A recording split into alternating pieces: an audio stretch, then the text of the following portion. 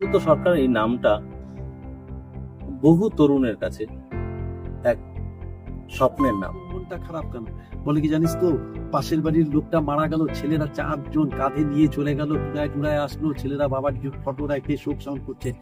আমার মরে গেল তো শীতের মধ্যেও আমাকে ওই ফ্রিজে রেখে দিবে, ঠান্ডায় তো আমি জমে যাবো রে।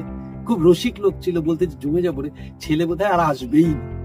তো এই যে প্রথমে কিন্তু গর্ব করে বলছিল আমার ছেলে বিদেশে আছে বিদেশে আছে, আজকে কিন্তু তারা অনুভব করতেছে যারা পাঠিয়েছে যে তাদের কিন্তু আর ভালো নাই, ছেলে ভালো আছে নিজের।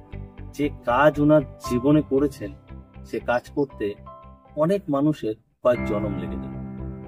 শুধু রক্তদান আন্দোলন নয়, উনি বিভিন্ন কাজের সাথে যুক্ত হয়েছেন, সামাজিক বিভিন্ন কাজে।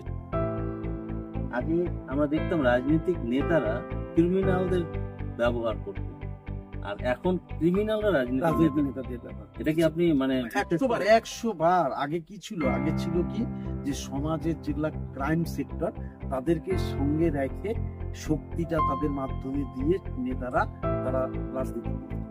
এখন ওরা আর এই রাজনৈতিক নেতাদেরকে তোয়াক্কা করছে না, তারাই রাজনৈতিক নেতা হয়ে যাচ্ছে। এটা তো ভয়ঙ্কর ভয়ঙ্কর। এই আগামী দিন আরো ভয়ঙ্কর আসবে। এবং এটা সমাজ সেবা বলে কিছু না, সামাজিক কাজ। আমাদের বিগত দিনে আপনারা জানেন মুনি ঋষিরা বারবার বলে গেছেন, একজন বিশেষ করে আমাদের সকলের আইকন যিনি হচ্ছে বিবেকানন্দ। স্বামী বিবেকানন্দ শিকাগো শহরে তার সেই ভাবধারা আমাদের সারা পৃথিবী ছড়িয়ে দিয়েছিল যে পরের জন্য ভাবলে, পরের জন্য কিছু করলে হৃদয়ে সিংহ বলে শক্তি অর্জন হয়। আমি এটাকে খুব অনুভব করছি।